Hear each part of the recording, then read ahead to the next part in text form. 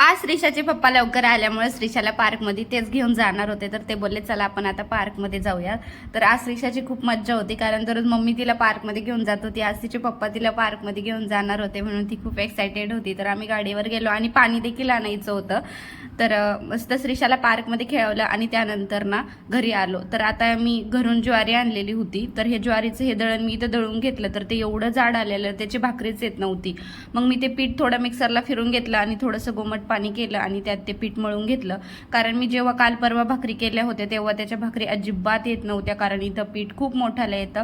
त्यामुळं मग ते पीठ मिक्सरमधून काढल्याच्या नंतर आणि थोडं कोमट पाण्याचा वापर केल्यानंतर एकदम मस्त अशा मऊ लुसलुशीत भाकरी आलेल्या.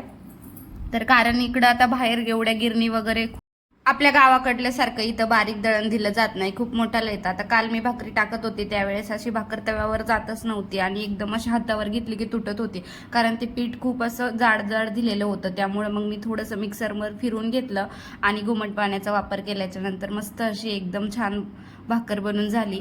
आणि आता काहीतरी जुगाड वापरून तर आम्हाला भाकरी करावंच लागतात, पीठ फेकून पण देता येत नाही. त्यानंतर मग भाकरी वगैरे झाला, मी डाळ भात वगैरे बनवून घेतला होता, टोमॅटोची चटणी देखील केली होती आणि म्हटलं आता शेंगदाणे स्वयंपाक तर बनवून झाला होता, म्हटलं आता शेंगदाण्याची मिरची बनवून घेते.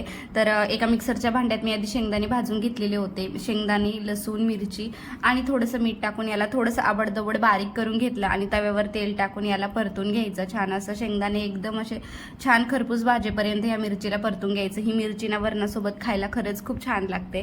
तर तुम्ही ही 8-15 दिवस देखील टिकते, 2-3 महिने देखील टिकते किंवा प्रवासात देखील नेऊ शकता. तर असं होतं आजचा आमचा छोटासा दिवस. व्हिडिओ आवडला असेल तर प्लीज चॅनलला लाईक आणि सबस्क्राईब करा. बाय.